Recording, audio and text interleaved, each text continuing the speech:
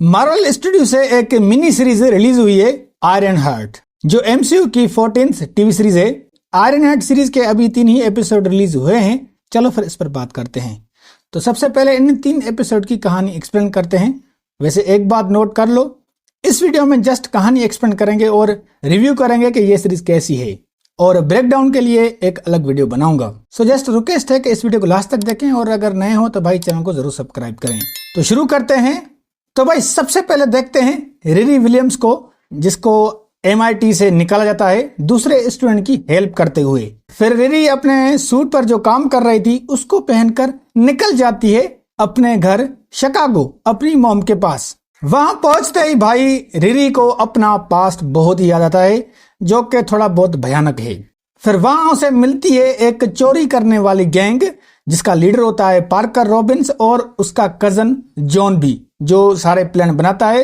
Parker फिर Riri को offer देता है, भाई इतनी अच्छी ऑफर देता है कि रिरी पार्कर को मना नहीं कर पाती, क्योंकि भाई वो इतने पैसे दे रहा था। रिरी को पैसे मिलते हैं और फिर वो अपना सूट बनाती है, और साथ ही एक AI मॉडल भी, जिसका नाम होता है नेटली, जो इसकी बेस्ट फ्रेंड का नाम होता है। और वो AI बिल्कुल उसी की तरह दिखती है और बात करती है, और उसमें रिरी की हर याद होती है, क्योंकि भाई वो उसी की यादों से बनी होती है, जिससे रिरी को अपनी बेस्ट फ्रेंड की याद आती है, क्योंकि वो मर गई थी। मैंने कहा ना, रिरी का एक पास्ट है जो कि बहुत ही भयानक है। इस बीच वो एक एजेकेल जैक स्टेन से मिलती है, जो कि बेटा होता है ओविडिया स्टेन का। अब इसको तो आप जानते ही हैं, एजेकेल को टेक चीजें या इस तरह के गैजेट्स रखने का बहुत ही शौक होता है, इसलिए उसके पास बहुत सारे टेक्निकली गैजेट्स का कलेक्शन होता है, और उसमें से रिरी भी अपने लिए वहां से कुछ लेती है, एजेकेल को थोड़ा बहुत ब्लैकमेल करके। रिरी फिर पार्कर और उसकी टीम के साथ एक मिशन भी करती है। एक टनल से हाईवे बना होता है, और उसको बनाने वाली जो होती है उसकी CEO, उससे वो शेयर मांगते हैं। जब मिशन कंप्लीट हो जाता है तो ये निकलते टाइम वहां पर रिरी को एक गार्ड रोकता है, पर उसे पार्कर बचा लेता है उसकी ही गोली से। रिरी को लगा कि वो गार्ड मर गया, बट वो जस्ट जख्मी होता है। रिरी को सही नहीं लगता, मगर पैसों के आगे फिर भी वो मजबूर बन जाती है। नेटली के बारे में रिरी की माँ जान जाती है, और नेटली भी काफी स्ट्रॉन्ग और पावरफुल AI बन जाती है। रिरी को बहुत सारे पैसे मिलते हैं भाई, मगर रिरी को पार्कर पर भरोसा नहीं होता, और उसके लिए रिरी को जानना था कि पार्कर के पास जो हुड है वो क्या कर सकता है, क्योंकि भाई जो हुड होता है वही उसकी पावर होती है। देन अगला मिशन करते हैं, जिसमें हंटर मासन नाम का बंदा होता है, और उसकी अपनी खेती होती है समंदर में। पार्कर उससे भी डील करना चाहता है, और वहां कोई भी ऐसी टेक या हथियार जैसी चीजें नहीं ले जा सकते, वरना फंस जाओगे। मगर रिरी एजेकेल के पास जाती है, उससे एक लेजर काटने वाली चीज लेती है, ताकि वो पार्कर के हुड से एक टुकड़ा काट सके और वो उस पर रिसर्च कर सके कि ये है क्या। फिर पार्कर को देखते हैं, जिसकी बॉडी पर अजीब किस्म के निशान आ रहे हैं, और वो उनको छुपाने के लिए टैटूज बनवाता है।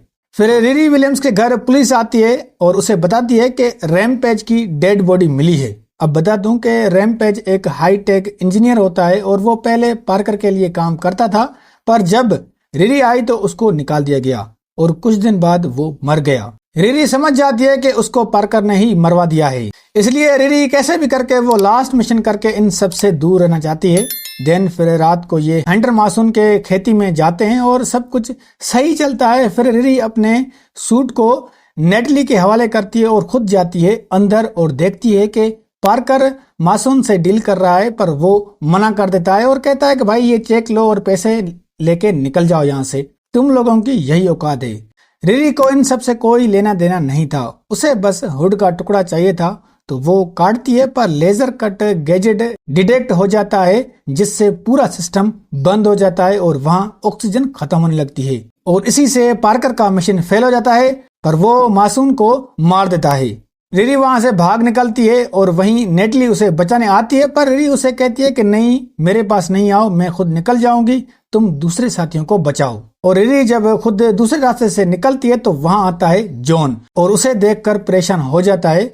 फिर इसके हाथ में देखता है हुड का टुकड़ा, तो वो समझ जाता है कि वो उनकी जासूसी कर रही है। फिर इनके बीच लड़ाई होती है, और वहां भी ऑक्सीजन खत्म होने लगती है। फिर नेटली आती है और वो रिरी विलियम्स को बचा लेती है, और जॉन को वहीं छोड़ देते हैं, जिससे उसका दम घुट जाता है और वो मर जाता है। और फिर सब ये बाहर आते हैं। देन पार्कर देखता है कि जॉन नहीं है तो वो परेशान हो जाता है और वो रिरी विलियम्स को कहता है कि उसको ढूंढो, जिस पर रिरी उसे बताती है कि जॉन वहीं फंस गया है और शायद उसका दम भी घुट रहा है। वापस सभी घर आते हैं। रिरी काफी घबरा जाती है और डर जाती है कि उसने कितनी गलती कर दी। पार्कर भी घर आता है जो कि काफी गुस्से में होता है और वो उस पर गुस्सा करता है जिसने उसको ये हुड दिया था। फिर एक साया नजर आता है और कुछ आवाज आती है और फिर उसे वो रिरी विलियम्स का सूट शो करता है, जिस पर पार्कर समझ जाता है कि जॉन को रिरी ने ही मारा है और उसका गुस्सा आसमान पर चढ़ जाता है भाई। दूसरी ओर नेटली रिरी को बताती है कि वो जो लेजर कट वाला जो गैजेट है वो वहीं गिर गया।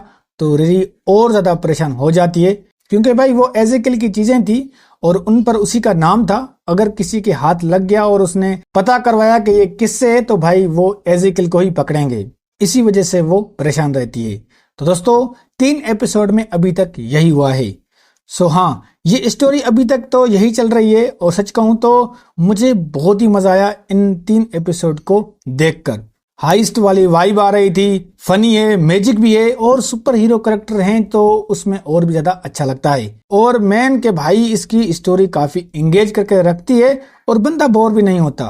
रिरी विलियम्स के पास्ट के बारे में पता चलता है और ये भी कि रिरी कितनी जीनियस है, बस गरीब है इसलिए वो कुछ कर नहीं पा रही है। बस इससे अंदाजा होता है कि बहुत सारे लोग होंगे जो सिर्फ और सिर्फ गरीबी की वजह से आगे नहीं बढ़ पाते। अब इसकी इतनी हाइप नहीं थी और लोगों का कोई इंटरेस्ट भी नहीं था इस सीरीज के लिए। ओवरऑल बात करें तो भाई मार्वल स्टूडियो ने इस बार एक अच्छी स्टोरी दी है, अपनी गलतियों से सीखा भी है। और अगर आपने ये देखी है तो आप बताएं आपको ये सीरीज कैसी लगी।